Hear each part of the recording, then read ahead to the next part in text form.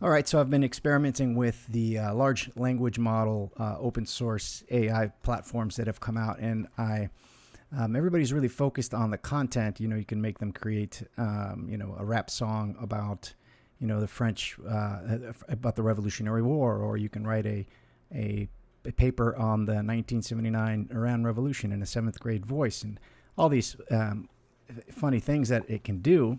And it's actually serious technology that has been advanced. But I think what it does on the formal level, not on the production of content, but in the ability to organize content. So that being said, and I'm going to be offering these notes that I have. So I was able to go to my Roosters Crow podcast, and this is going to be an excerpt from my Roosters Crow episode number 2, where I talked with David Gronowski, and I used this large language model to go by 15-minute clips and synthesize not synthesize, but abstract the main points from each section. So I'll let you see how it's actually useful to produce a short summary of long 2-3 hour conversations. That was kind of the idea here. So here is the Roosters Crow podcast, episode 2, show notes, right?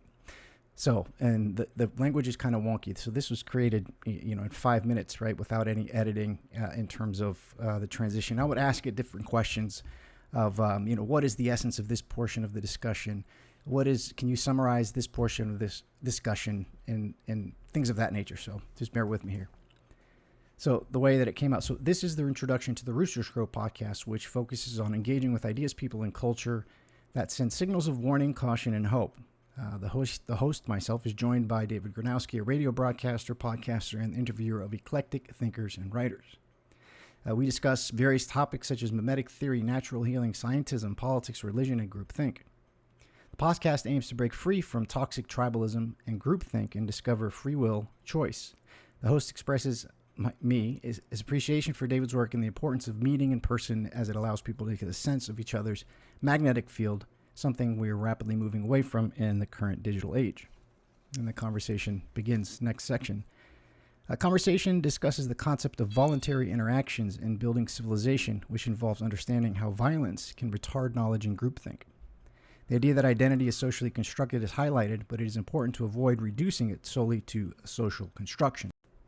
The conversation then shifts to the topic of Christianity and the LGBTQ community, with myself, the speaker, arguing that Christians are not against the LGBTQ community per se, but against inflamed passions in general.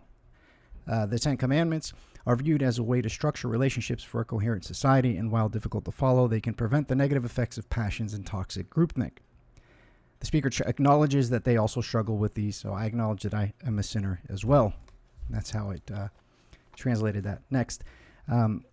We discuss the need for a constant renewal of values in order for society to thrive and grow.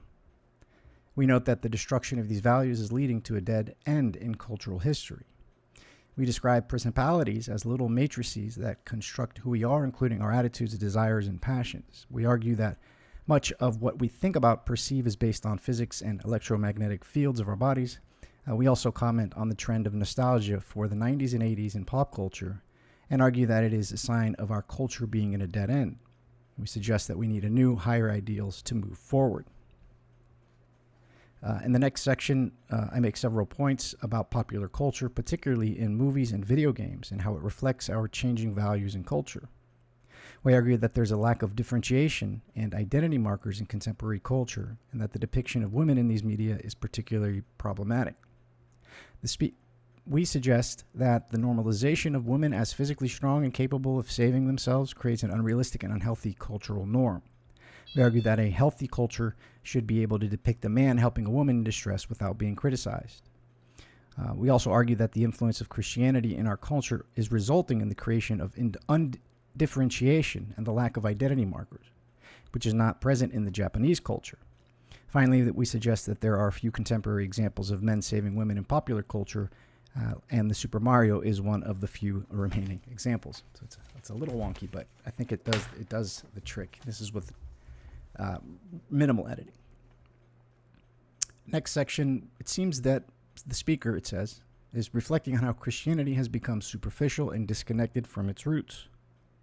We talk about how various churches have become overly focused on selling their own brand rather than understanding the core message of Christianity.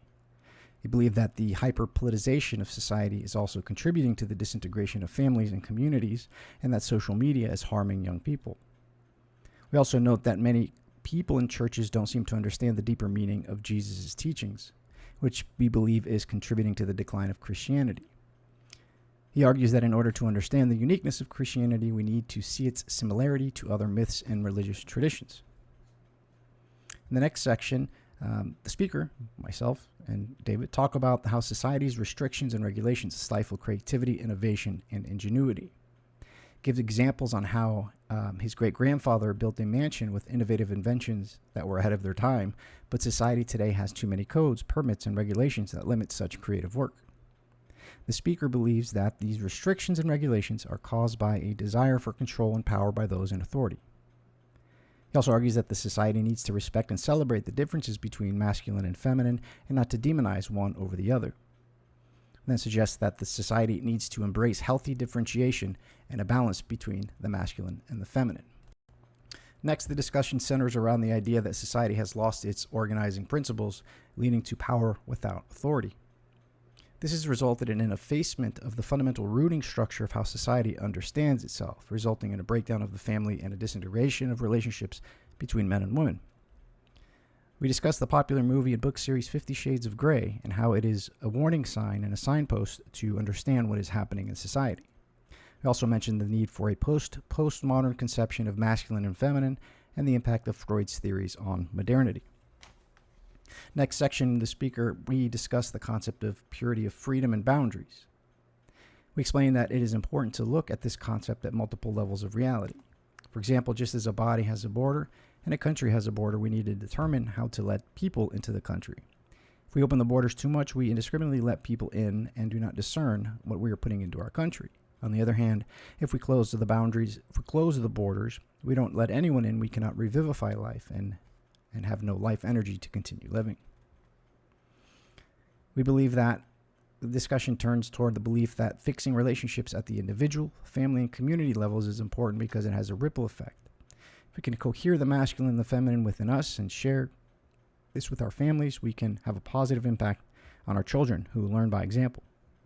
By embodying two embodied human beings that have cohered the masculine and feminine, order and chaos, heaven and earth, we can apply these fundamental principles to almost every area of life. Next, we acknowledge that it is difficult to understand these ideas and people need to work with them and dig in to make sense of them. We talk about how the truth is not correctness or accurateness, but rather an event that happens when a relationship coheres appropriately. We also acknowledge that it is challenging to think about fixing society from a top-down perspective and suggest that we need to start fixing relationships at the individual level and family and community levels. Finally, the speaker suggests that people need to understand what Jesus did on the cross to succeed. However, he acknowledges that it can be challenging to understand this concept because most people look at it from the lens that others have taught them to use.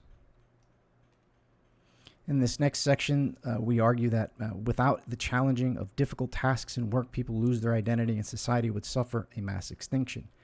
We note that utopia is an attractive idea on paper, but it would result in the absence of collective identity.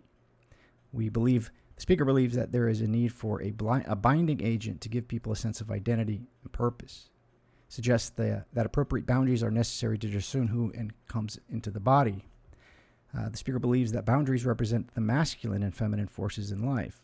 He then briefly discusses the mRNA jabs and how it introduces a foreign object into the body's delicate processes, similar to the Trojan horse in social media, which claims disintegrates people's identities. Finally, the speaker posits that people can up-level their identities by loving their neighbors as themselves. So again, this is a 2.5-hour conversation condensed down in little snippets, so I found it interesting. Figured I'd share here. In this section of the conversation, we discuss the history of cannibalism in different cultures and how Jesus' teaching and actions were significant in stopping it. We emphasize the importance of imitating Jesus and relinquishing one's desire to be a guru or in order to establish positive relationships and discourage rivalry. We give examples of Brad Pitt and Angelina Jolie and Kanye West and Kim Kardashian to support the idea that having what everyone desires may lead to repulsion. This next section, we discuss the idea of completeness and emphasizes the importance of cultivating relationships instead of focusing on material things. It suggests that way to achieve coherence is to focus on the heart as a spiritual magnet that attracts and repels different aspects of a person's identity. We also touch on the importance of controlling one's passions, as they can inflame the heart and cause a person to be attracted to things that are not good for them. We believe that by connecting heart to heart, people can create an up level that is difficult to articulate, and this can lead to a ripple effect that positively impacts society. We express hope for the future, believe that chaos provides the possibility for an up level. In the final part of the conversation, we discuss the concepts of mimetics, identity, and life after death. We argue that identity is not fixed, but is constantly changing due to the influence of mimetic culture.